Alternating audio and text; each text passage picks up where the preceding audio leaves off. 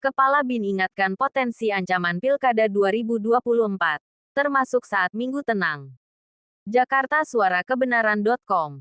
Kepala Badan Intelijen Negara, BIN M. Herindra, memberikan peringatan mengenai berbagai potensi ancaman yang dapat mengganggu jalannya Pilkada serentak 2024.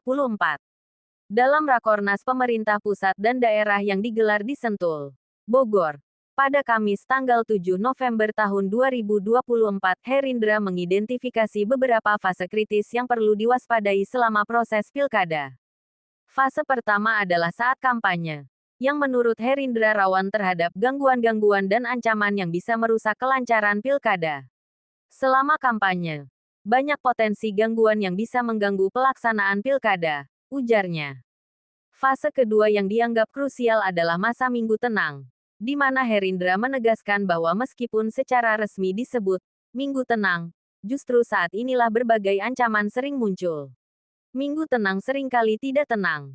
Banyak mobilisasi yang terjadi di sana, dengan peran intelijen yang sangat diperlukan untuk mengatasi intimidasi, misinformasi, atau bahkan money politics, jelasnya.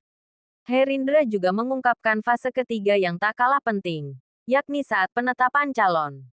Pada fase ini, kata dia, potensi sengketa hasil pilkada atau perselisihan antar calon bisa memicu masalah yang lebih besar.